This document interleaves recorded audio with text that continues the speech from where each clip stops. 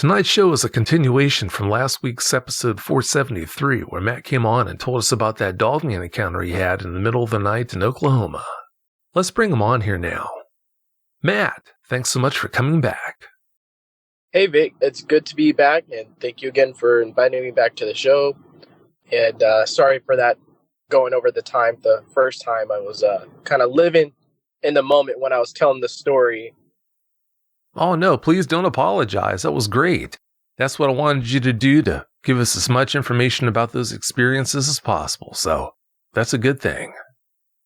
Matt, when you came around that bend and noticed that Dogman, how close was it to you? When I came around the bend, let's see here. From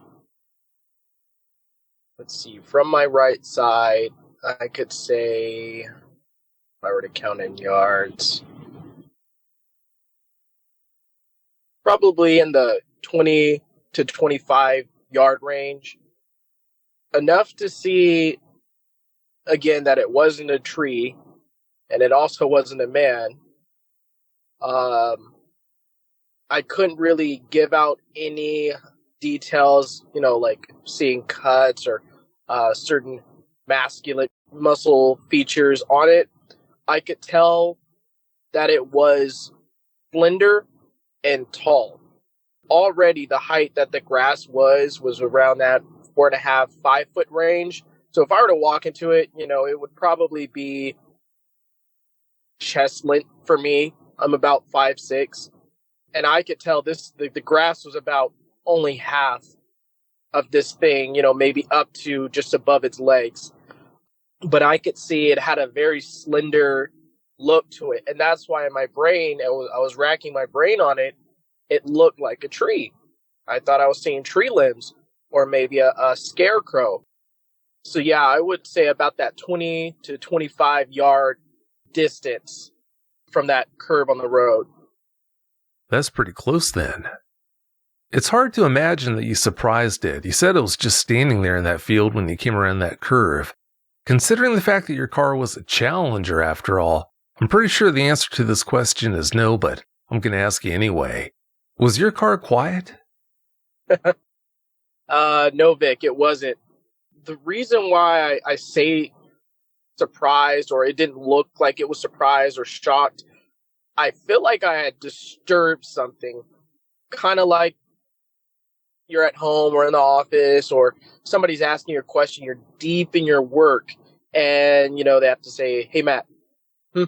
Hey, Matt. And then, on that third time, you're like, what is it? Now, I'm not saying that's how I respond to people, but still, I got that same thing when they call it, for gamers too, when you're in the zone.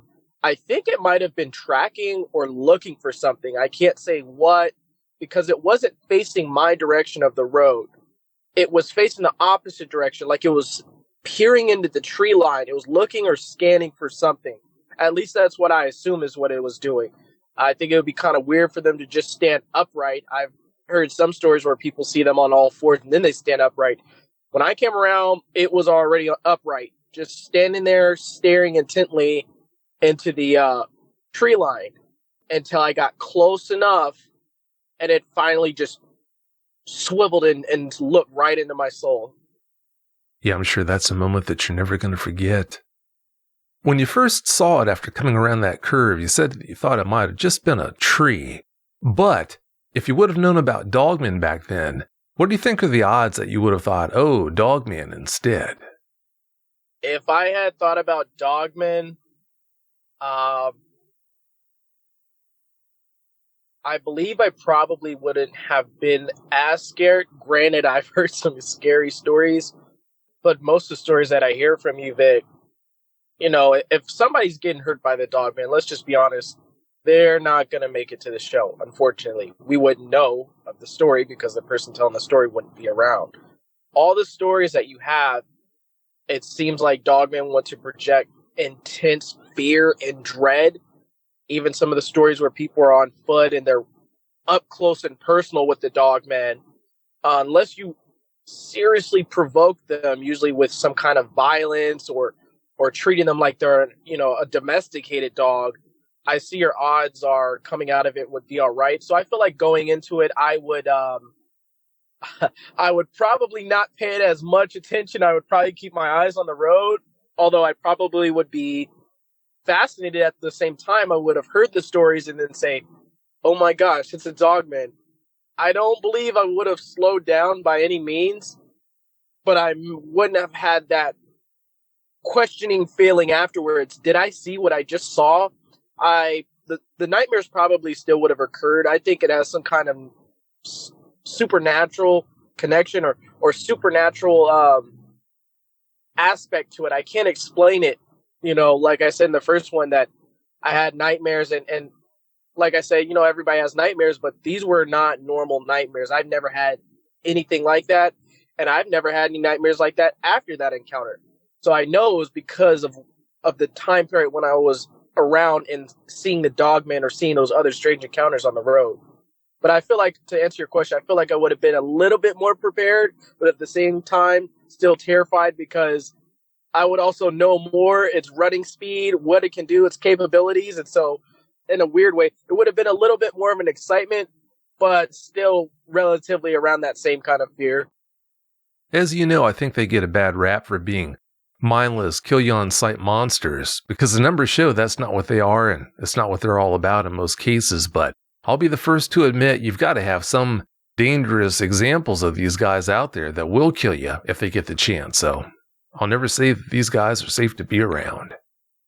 I think I kind of misrepresented my question, though, because basically I was wondering, when you came around that curve and first saw it, you said you thought it was a tree, but you didn't know about Dogmen back then.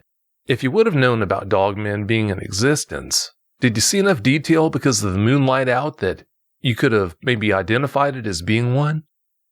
Sorry about that, Big. Yes, it was enough moonlight. As I stated in the first show, it was enough moonlight to where I could see, the tree line, and not enough moonlight to see the leaves are green, but enough to see I could see almost every branch. It's hard to explain, but it's just like when you're in a dark enough room, but there's certain electronics on, there's light, and you can see the shadows and shapes of everything, and you kind of piece that together.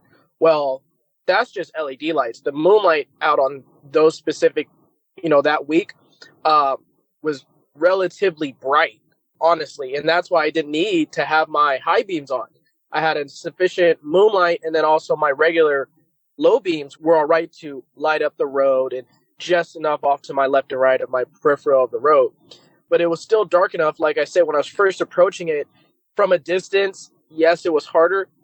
As I got closer, I said, that looks kind of strange. That my brain instantly started thinking, wait a minute, too tall for a man. Why would a man be out in the middle of the field at 2 a.m. in the morning? And at the same time, what could be a tree? Wait a minute. I don't know a lot, but I know some about agriculture. Why would they just leave one baby tree in the middle of the field? And as I got closer, I hit that bend, and the headlights, like I said, went out just enough, paired with the moonlight. Now this is brighter than the moonlight. I could see this was not a guy, and this was definitely not a tree either. Given the glowing lights after I straightened out my car, the orangish amber lights looking right at me, even though it was a split second that my car's turning right before it straightens out, I could tell it was black. It was all black. Have you ever thanked your lucky stars that your headlights didn't catch it full so that you could see everything? Because, as you know, sometimes it's best not to know. Yes.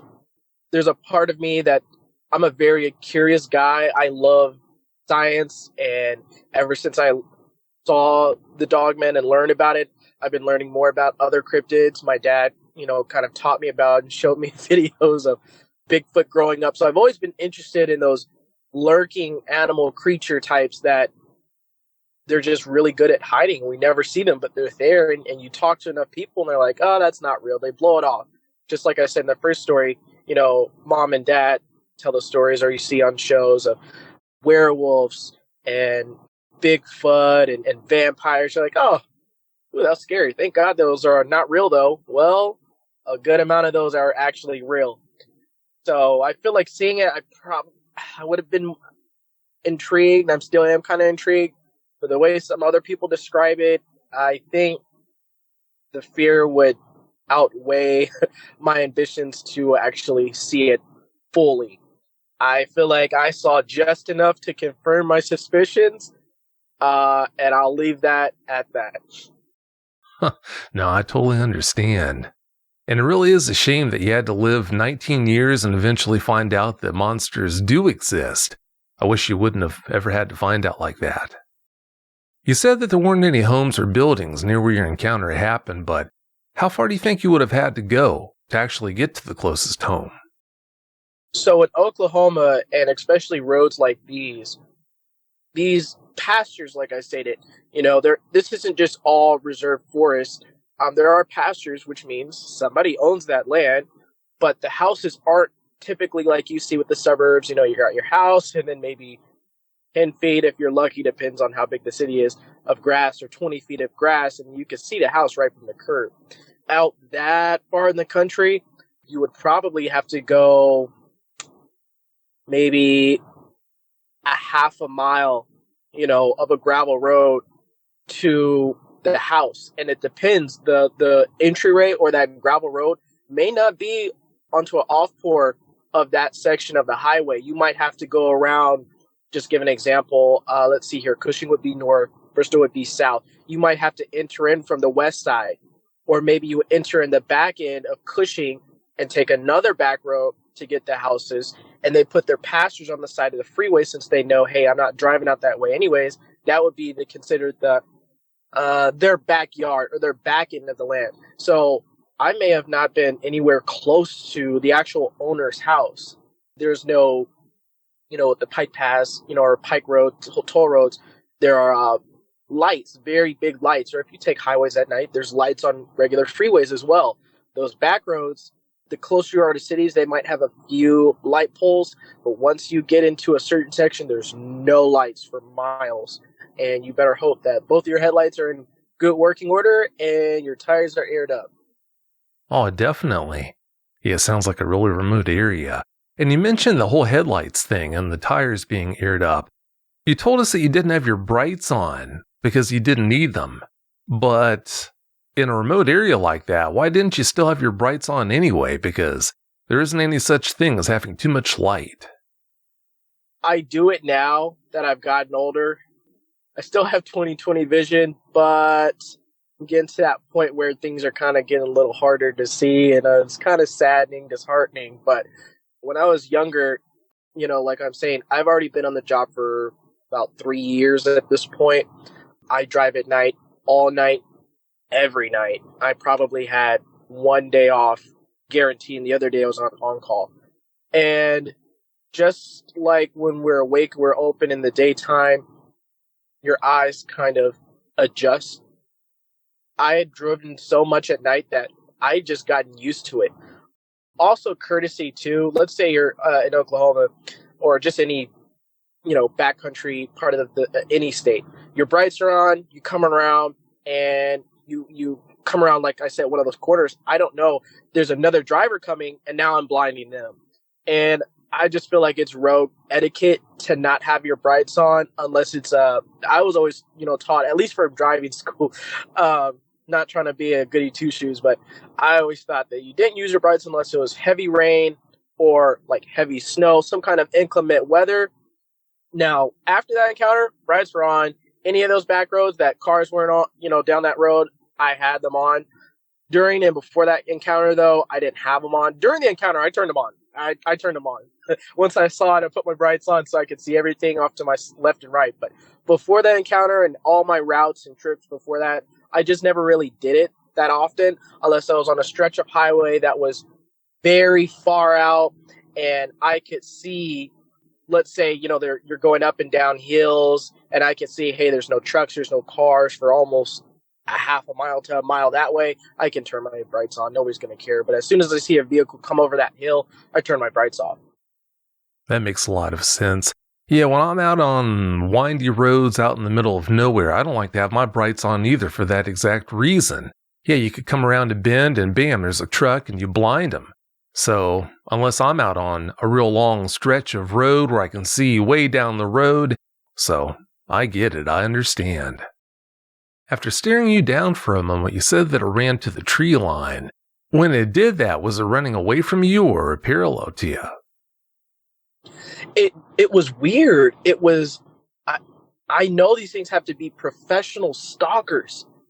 It ran away from me. I thought it was gonna, when you're riding a bike and as a kid and the dog gets off the leash or hops the fence and it's either running right behind you or right off to your left and right. You can see the dog. You're like, oh God, please don't bite my ankles. This thing did the opposite. Like it knew it was dark, but it got to camouflage. It ran beeline straight to the tree line. It was so fast. That's why I think it was supernatural. But I mean, we don't, live around cheetahs, but I'm pretty sure if I sat and watched a cheetah run, I'd probably think that's unnatural too. But it was fluid. It wasn't like it had a gallop or a hop to it or like when you see long distance runners or athlete runners, they have that locomotion that how can I say that sprinters run. This thing it moved so fast, it almost looked like it was floating.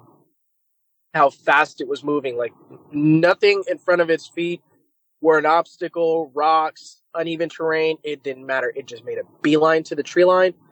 And then it followed parallel from within the tree line so that I couldn't see it, which added to the fear because now I don't have eyes on. I can't tell. Is it on the right back inside of my fender? Is it in front of my car? But at the same time, once it went to the tree line, I could still feel it. I know that doesn't make sense, but I could feel it. I knew, for instance, I could lift or, I didn't feel any weird feelings off to my left. It was all on the right. It's on the right side. It stayed on the right side. And at one point when I floored it out, like I said, the bin had straightened out.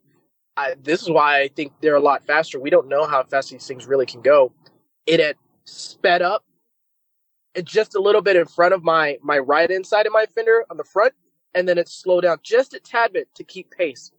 And I don't know if it did that on purpose or didn't know if I was going to keep accelerating, but that let me know in my mind, one of those red flags I was able to sit and think about later. I wasn't thinking about that at the time, was that if I went faster, it still could have kept pace. Or was that a warning that it doesn't matter how fast you go, I'm going to be able to catch up to you with ease?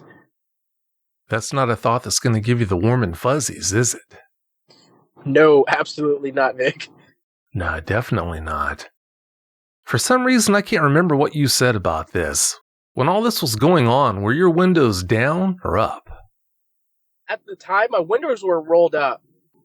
I was kind of one of those silent wake-up riders. Eventually, how can I put it? If I listen to music all night, it's just like if you keep drinking coffee, that caffeine kind of, you get used to it. It doesn't wake you up as much. You kind of need to pace yourself when you drink coffee. Same for music. If I get in my car and blast the radio or blast any music, my ears are just going to get used to it and I'm going to get tired again. I kind of save my music for later to wake me up. And also, I prefer my AC, my car's AC. So I had the windows up this night. So I couldn't necessarily hear it or any thumping or any sorts of that. Can you imagine how freaked out you'd be if you would have had your windows down? Wow. Yes. Hearing what some people describe, a smell, I think that would have added to that fear and I would have been even more freaked out because I was already on edge just by seeing that. And I'm saying this all verbally, at the time, I'm panicking, like I said, I was sweating. Some parts of my skin were stinging, not a supernatural, it's putting a spell on me or whatever. It was like the anxiety and fear were coming through my pores, literally. I've never felt any kind of biological reaction to fear like that. The most biological people would think from fear is trembles or jitters or anything like that. I did have that, but it got to a point where my inner arms were stinging, parts of my, shoulders were stinging, or, maybe that was just some kind of sense of lock that, I was in imminent danger at that time. Yeah, that might be what was behind that, but it's pretty hard to know for sure what was going on. That's strange nonetheless. At any time in your life, Matt, have you ever played with the Ouija board? No. I've always seen the movies. I'm a very I didn't mention the first story, but I actually, well, up until that encounter, I love creepy movies, horror movies. I've seen The Grudge, all of Freddy Krueger's, Nightmare on Elm Street, The Exorcist, and my household growing up was a Christian household. There were certain even just cartoons or other movies that were, you don't watch this into your house because you're inviting things to your house. So no. And, if friends were like, hey, we got a Ouija board. My parents were like, they weren't with us every second of every day, but they said, if anybody ever brings this game to you, you don't play it. And I never played it. And, there was a time, well, this was way later in my life, so this is after that encounter. And so that's probably neither here nor there. But again, even that point, I didn't play it, but I did watch it. So I'll leave that at that. But I think they were just pushing the planchette around. I was wondering what you're going to say about that whole thing with the Ouija board. And the reason why is I also knew that you had a very religious upbringing. Well, with people who have a very religious upbringing, it can go one of two ways. You've got the crowd over here who you can trust with your life. I mean, they're just the most straightforward people, honest, wholesome. And then on the other hand, you've got people where as soon as they come into the room, you better tuck your necklace into your shirt because you can't trust them for a second. So I didn't really know which way that went.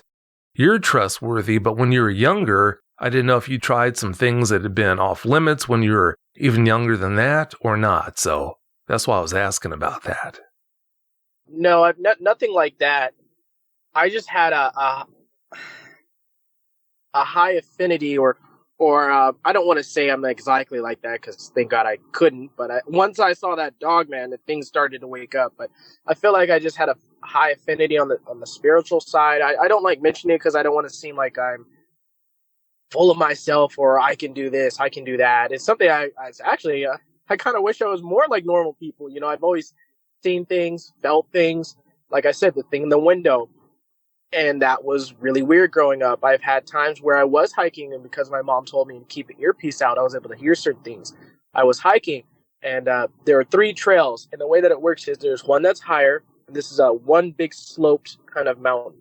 You got a trail that's up here, and a couple yards down, you have another trail, and then way at the bottom, which is not too way at the bottom, probably twice as many yards to the bottom, there's a trail down there. I was on the middle trail.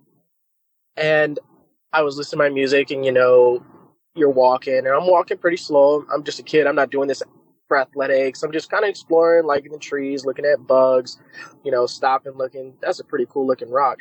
Just keep going.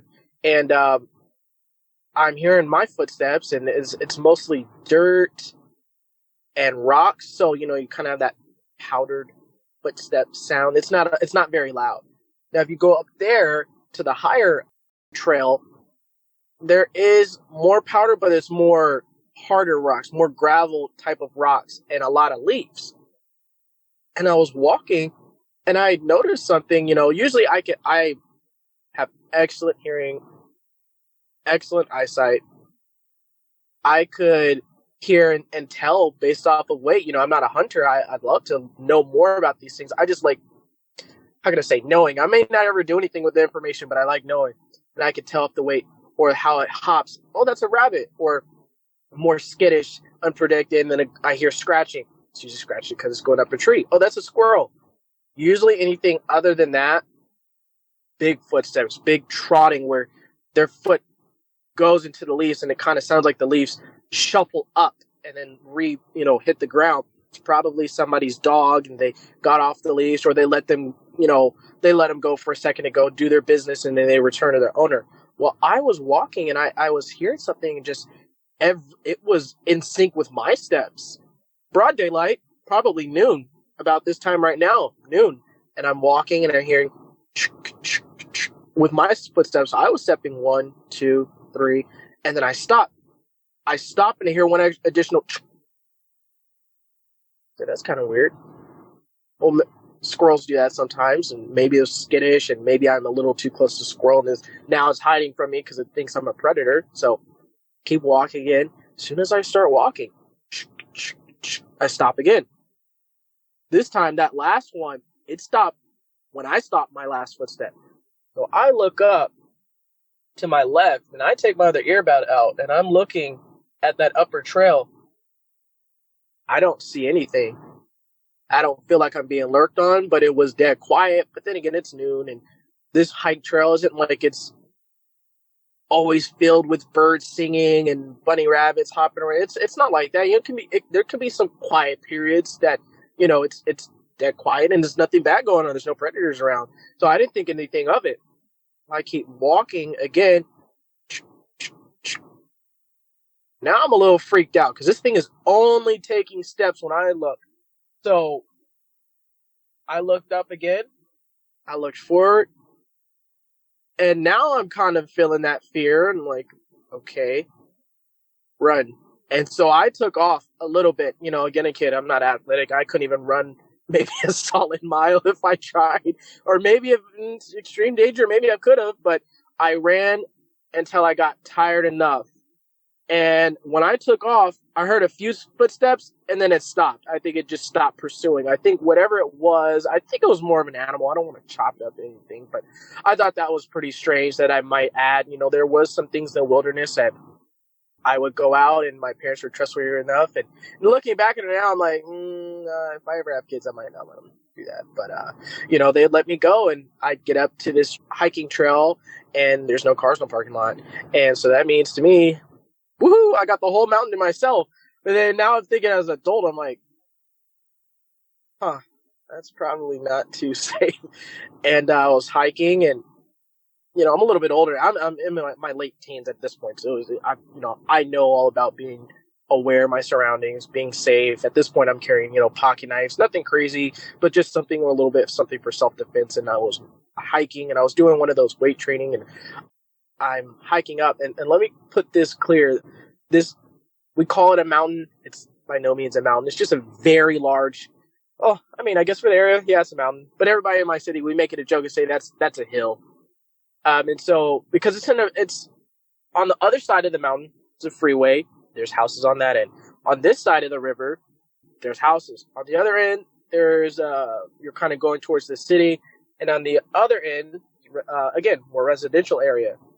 All this is spaced off. It's not like you can just walk out of your house into these woods, but still, there shouldn't be bears. There shouldn't be wolves up here. Keyword, shouldn't. Now, it is big enough that if they're quiet and knew how to maintain themselves, maybe not a bear, a wolf or two might be able to get away. I've seen foxes up there, not too uncommon. But to be back on track, I'm hiking and I hear crunching, big crunching. So I crouch down and I'm in this tall grass and I just crouched down. I was kind of on this raised area. Like I said, there's parts that dip and they go down, they go up, they go down, they go up. So I'm on one of these upper areas and I'm hearing something lower where I would be walking down towards coming out of the tree line from my left.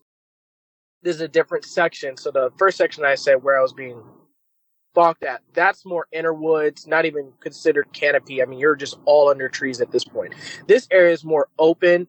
It's a rockier, harder kind of terrain, and I like to just kind of leg stability training. And I just like enjoying the nature. It wasn't all about workout. I just like enjoying nature, and it was kind of snowing. It was cold during this period, and there's snow laid everywhere. So I thought, man, this is a beautiful scenery.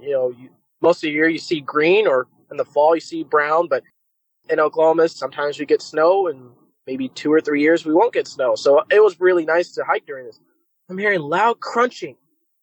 So I'm looking in the tree line. There's no vegetation, so there's nothing really blocking me from kind of looking a little bit into the tree line.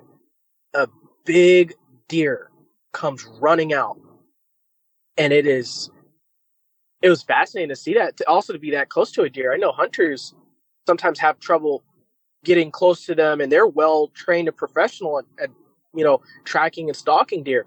And here I am. I'm so close to it. I would say, let's see here.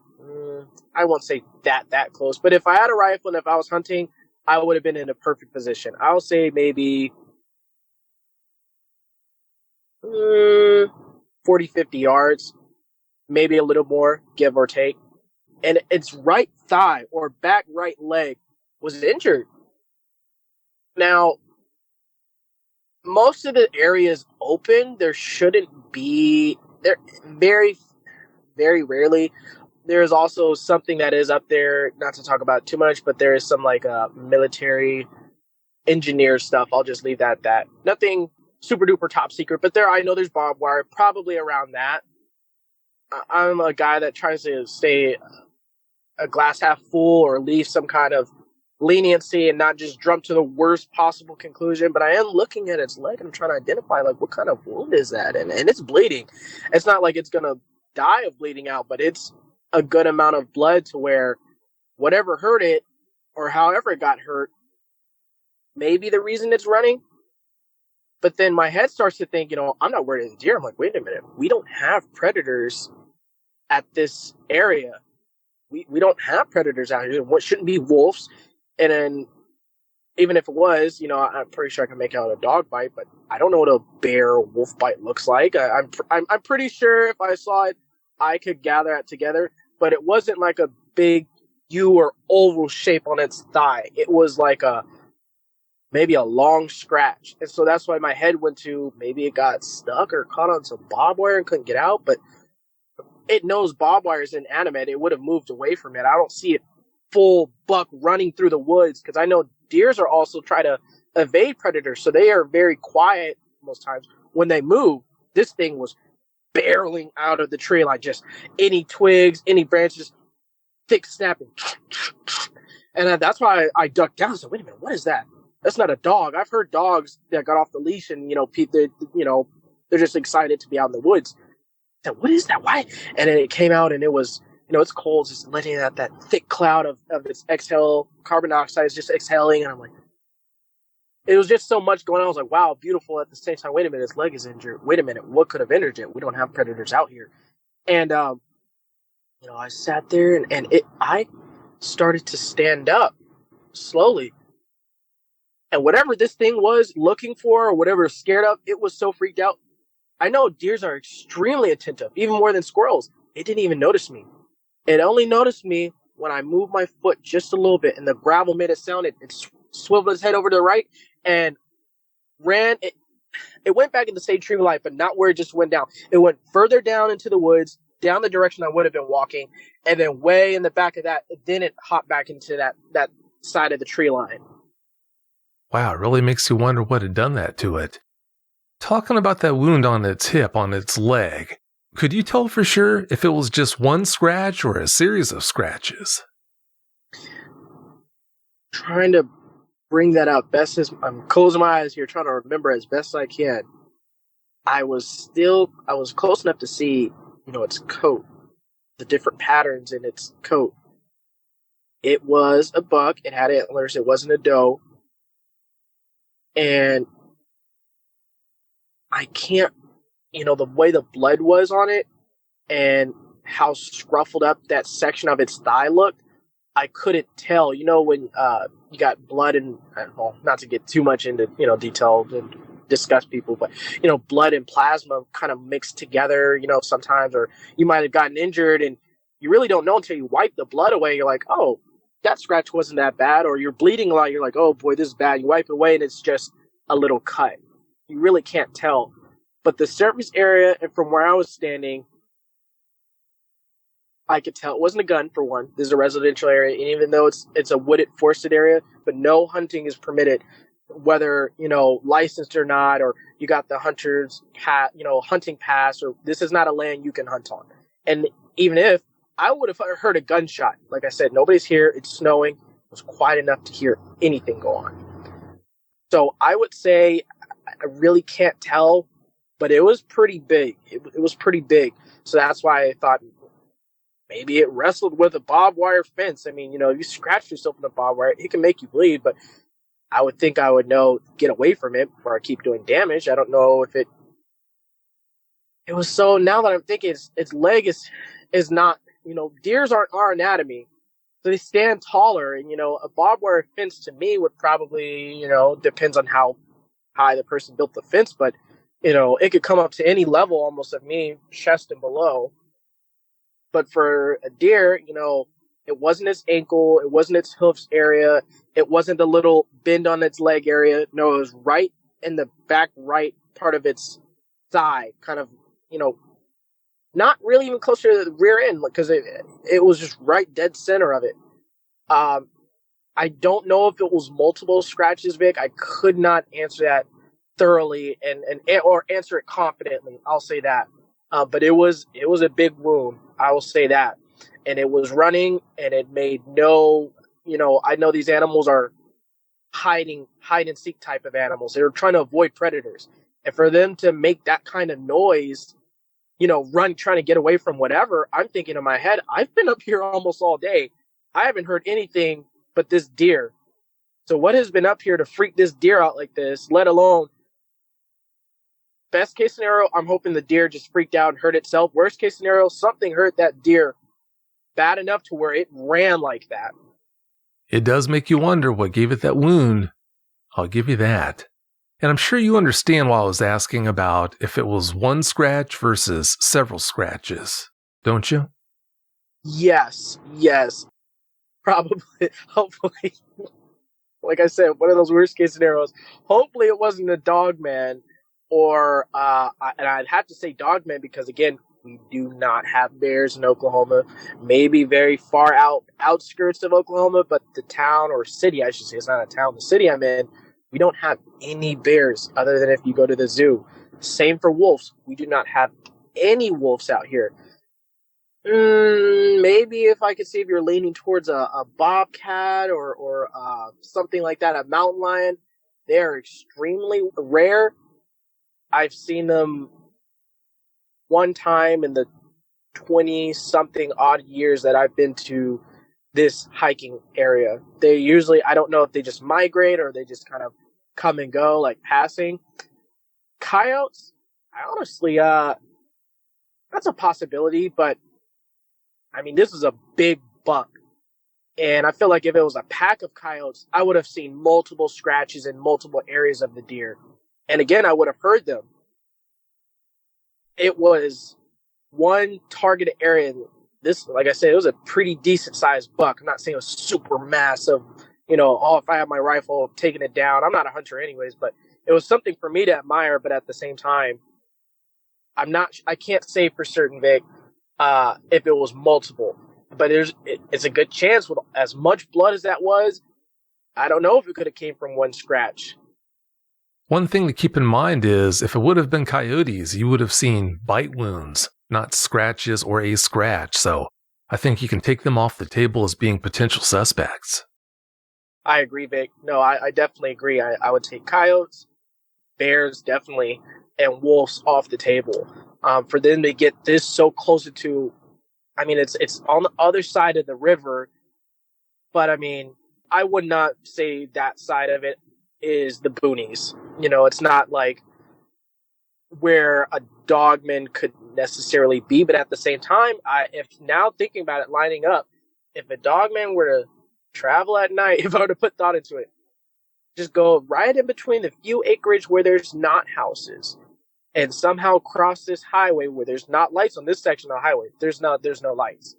If it was able to avoid all that, yeah, I could enter it through the back end of this hiking trail, and it would have a very large acreage of no lights, no communications, no cars, no roads, no houses, and some pretty decent amount of game there. So I would say a Dogman before I would say a wolf or a bear or coyotes, if anything. Well, for the reasons you just outlined, there just might be a or several Dogman or Dogmen in that area hanging around. You never know. You gave us some details about how that Dogman you saw that night looked, Matt, but is there anything else you can tell us about its appearance that you didn't share with us on last week's show? I'll just list what I remember, and if I remember anything else, I don't, but not to be too repetitive, just to kind of help myself re-jog my memory. But I know when I came around the bend, it was black. But the light, I won't say it had a super shiny coat, but it was just enough to reflect. It wasn't like my lights going through into the void of dark, at night where there's a point where your headlights just don't light it up. No, this kind of reflected a little bit of light. So I knew it was a solid. Its eyes, amber gold color, bright.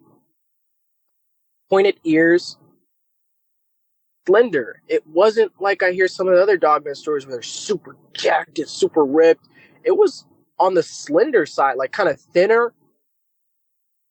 Let's see here, kept pace. And when it got in, up to my window during the driving section where I'm trying to floor it came up without any restraints. It wasn't worried about hitting trees or weaving in and out of the tree line to get to my car. And it looked so vicious. Now, again, I didn't turn my head to the right because, one, I'm trying to keep my hands on the wheel, eyes on the road.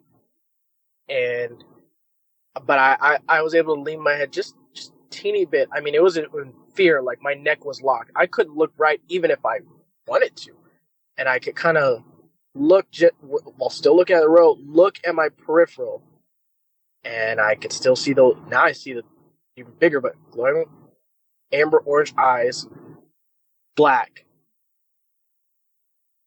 But I feel like when it got closer, I don't know, it sounds weird. I feel like when it got closer, it maybe, like, not black and brown, maybe a tinge of brown. I don't know how to explain it, but I'm just going to go with black. Amber eyes, extremely sharp white teeth. That part freaked me out more than just the coat of fur or seeing the Dogman. It was long, sharp teeth. Yeah. And it was the way it curled its lips up, black gums. And it just, like I said, when it fluidly went into the beeline, into the tree line, it did the same thing, even off the road. It just, almost like it vanished right back into the tree line and paced me until I got to Bristol, until I got to, like, the border of Bristol. Those are the only details that I could come up with.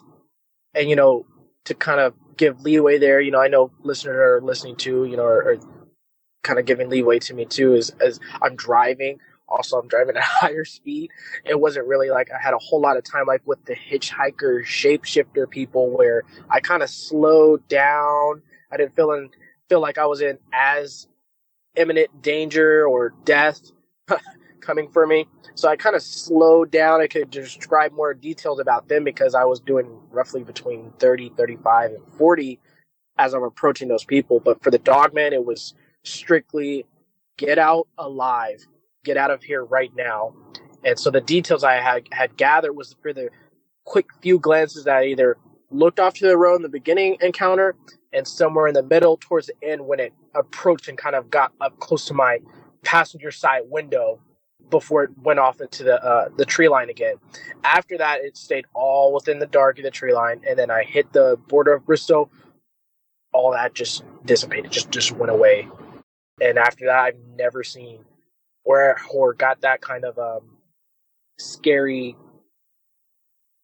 sixth sense feeling that, oh my God, I'm going through it again. The Dogman is back. I've never, those are the only details I got from that occurrence. I'm so glad you haven't had an experience like that or a feeling like that since it happened. Yeah, thank goodness for that. You were religious before that experience happened. Did having it draw you closer to God? Yes, absolutely. I'm surprised you actually asked that. Yes, mostly because there are scriptures that say that there are principalities, people don't know that, evil things, evil spirits, evil doers, and high places. Meaning, I can walk, I can talk, I can breathe, I can get in water, I can swim. I'm not water. Well, we're made of water, yes, but I can't just say, okay, I'm going to go underwater. I don't have to breathe. There are things that don't have limitations that mean to do you harm. And so, as a kid growing up, like, you're sitting in church, you're like, oh, okay, yeah. I don't know what that means, but okay. You're a little kid. As I got older to really read and understand, I was like, it hits different. I'm always protected during anything. I shall walk through the battle. I shall walk through the valley of shadow and death, and I shall fear no evil. Very powerful. And, most people think, where could you apply that at? Anything. I mean, you could live in a rough neighborhood and say, I got to go to get groceries, but this is a dangerous area. They rob people here at this store almost every other Tuesday, every other day. You can walk in that store might get robbed, you'll be all right. And I feel like that took that a level further because I could have been one of the very few, just maybe the 1%er of Dogman that actually, had it caught me, could have hurt me. It never caught me. The hitchhikers never, I did not let them in the car. I feel like those are the senses that snapped me back into reality. Because like I said, with one of them, I was about to open the door and that overwhelming stop. Like you can hear it verbal in your head. I was like, wait a minute. You know, I am one of those people, I try to stay humble. I don't give myself all the credit in the world. I'm a superpower, superhuman person. No, I mean, we do have senses. We do have common sense. Yes. But I feel like there's something that guides me in the right direction and always protecting me. So when I encounter that, you know, I'm not even going to lie. You know, when I first said, was that a demon? You know, I didn't, you know, I'm thinking werewolf, but I was like, no, any monsters, anything that is unhuman or, you know, unclean abominations, that has to be a demon. That's demonic. And so, you know, it's really weird because you got aliens and Bigfoot and maybe they're just some kind of evolution of you know, it's very hard. That's where it gets into the gray area of the history of these things. What are they? Like you say, do they come straight from the ether? Are they coming from somewhere? I was listening to another episode yesterday, actually, from a lady, and they, you know, we might have a few fossil records of Bigfoot, so it's a little bit more easier to prove.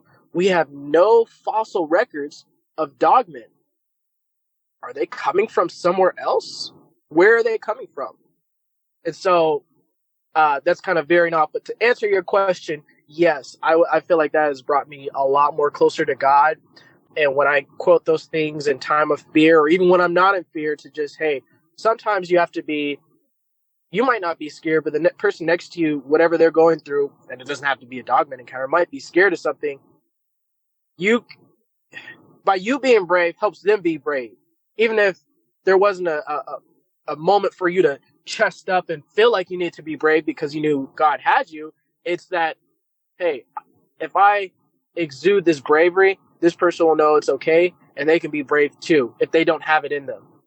And so that's just kind of, you know, where I stand. You know, just always about helping people. But yes, I would say that has definitely brought me closer to God in that aspect. As you know, if you can answer yes to that question, then I guess that encounter wasn't all bad. So that's a great thing. Having as much faith as you do, Matt, were you surprised by how that experience affected you? Yes. I would say there's a verse about Job, and there's a guy who he suffered a lot, and he didn't necessarily do anything to deserve it.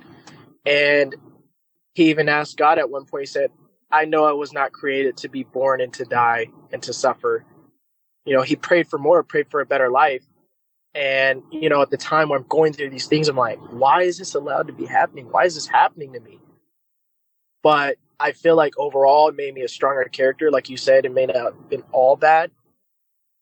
I prayed. You know, there might have been some other things going on in my life, but it wasn't really anything I would feel significant. But see, some of the things we do, we feel aren't significant, are actually great, you know, in its value and its toll that we do.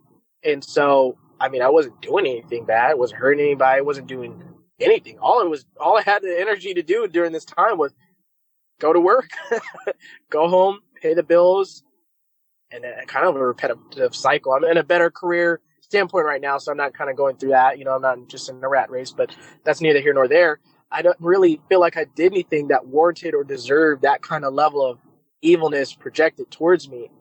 But then again, evil doesn't really care if you're a good or bad person. Evil doesn't hurt evil people. Evil hurts good people. It hurts anybody that it can possibly get its evil hands on, so to say. There is something that when you asked that, I did want to bring up. You asked this question earlier. I've never done a Ouija board, and I forgot about it. I wasn't skipping it or hiding it. These questions you've asked kind of prompted it. I did something called lucid dreaming a long time ago. I was a younger teenager, not my older teenager years, younger teenager. And I didn't know a whole lot about it. I just thought it sounded cool. And I said, oh man, that'd be awesome to try out. And, I did the whole sit still thing, and I felt really weird. And I felt like, mind you, in my belief system, you don't do that.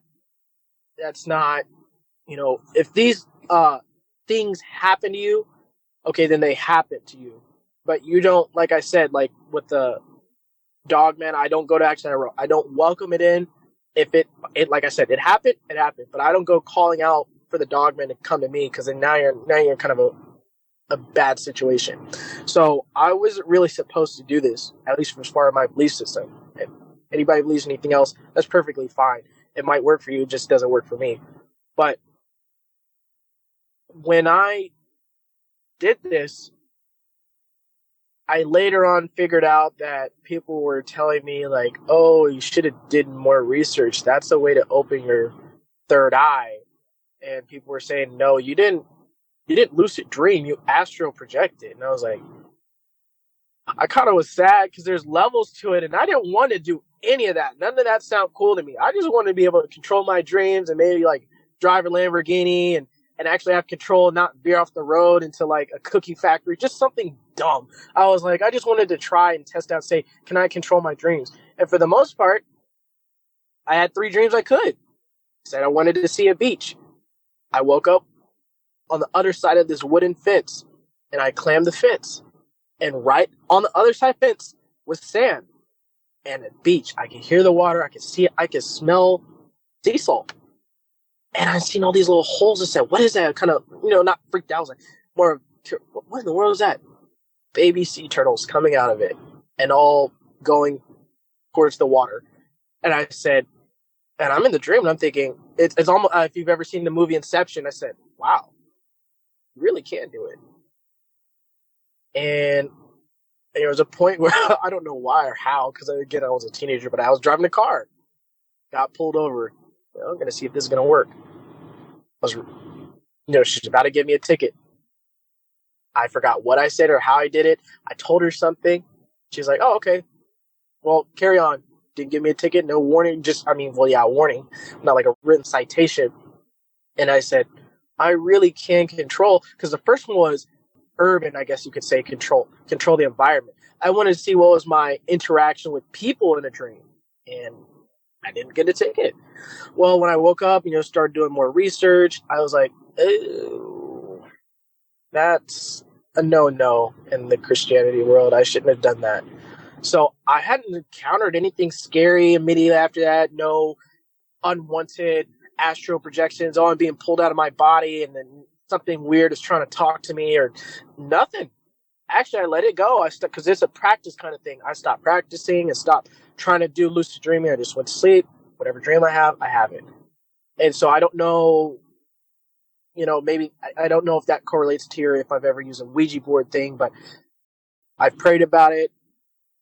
If it is open, I pray for it to be closed. Some people say, well, maybe it was halfway open. I don't know if there's a half. I think it either is or it isn't open, but that's neither here nor there. But I just wanted to throw that out, because I've never used a Ouija board, but that was one spiritual thing you could say that I did. That I thought it was just a cool mind trick you're doing for your dreams, like in REM. No, this was, like I said, when I first was doing it, I felt like I was leaving my body. And I was like, it was a very weird, I can't describe it. Now you're getting, like you said, the ether stuff. You're getting into something that isn't just the laws of physics. If I drop this apple, it will hit the ground. I can't explain those kind of physics in that aspect. But yeah, I wanted to answer that previous question when I said, no, I've never used a Ouija board, but I have done lucid dreaming, which it turns out it goes hand in hand with astral projection, which is a self-spiritual kind of thing. Well, I can understand your concerns and you wondering about that possibly predisposing you to having that Dogman encounter and maybe some of the other experiences, but I'd be awfully surprised if it had anything to do with it. I really would. From what I hear, Matt, you've got a trip planned. What more can you tell us about that? Yeah. I told Nick in the beginning of the show I'm going camping. I hope I don't call back. I haven't went camping in years. Half of it due to the Dogman, other half of it due to, well, I should say 1/3 of it from the Dogman, and 1/3 is just not having the time, and the other third is just not having the money. So, I mean, those 2/3 are now out of the way, so, I mean, I'm not too worried, but at the same time, I'm going to stay vigilant. It's just a 3-day camp trip, so nothing too bad. You know, I won't be out too far, but I think it'll be pretty fun. I'm trying to do it before it gets too cold. And so, you know, just enjoy this last bit of summer, because all this summer I've mostly just been working. You know, I'm a workaholic. You know, it's not like I feel like when I tell these stories, I'm a slave to work. You know, I like working. Don't get me wrong. I want to be able to afford things that I like and also have a good retirement in the future down the road. But I'm at a point to where I'm a little bit in the middle. Like, you can't be just all work and not enjoy the life where you are here right now at this current second and day. So I planned this, and I think it's going to be pretty fun. Hopefully no cryptid sightings. And if I do, I have a telescope. Maybe I'll see it way far away. Huh. Yeah. Yeah, hopefully that's not going to happen. I just hope you focus on having a great time out there. I'm so glad to hear that you're going to do this. That's great. Thank you, Vic. Yes, no, I'm really excited. I haven't went camping, like I said, in a year. Let's see here. Probably, you know what? Strange as it said, probably a little bit before or after that Dogman encounter. So, yeah, probably 5-6+ years since then. So, yeah, it'll be fun. I think it'll be cool. So you're long overdue then? Yes, absolutely. It's been nothing but work since January 1st. So, yeah, I'm really excited. Not really too big on fishing. I can do it. I can actually, gut and cook them. But, the area that I'm going, I think it's mostly bass, and I don't want to eat bass. And also, I don't have any poles or any stuff to fish. But I think my main thing is sticking to what I do best, and that'll be observing the terrain, the scenery, and hiking on some of the trails they have there. Well, like I said, hope you have a great time. I really do. We're about out of time, Matt, but before we get out of here, do you have any closing comments you'd like to share? Always be respectful to people, other people, help encourage other people. If you're down on a hard time, whether, you believe it or not, God is always there for you. As you heard from this, some of the stories that I had, it costs nothing to be kind to other people, not be rude. You don't need to be native to respect the land and respect creatures and animals. You don't have to go and trash these places up. You do happen to have an encounter, do not be disrespectful. Don't bullhorn them and try to cause any type of violence, altercation with them. Whether they're spiritual or real beings, I mean, the word is in their name, Dogman. Don't disrespect these creatures, and they'll leave you alone. You'll be just fine. You might be scared out of your wits if you're too close, but yeah, those would be my closing comments. Matt, I hope you never change. You're top notch. I just love your personality, and you're an all-around great guy.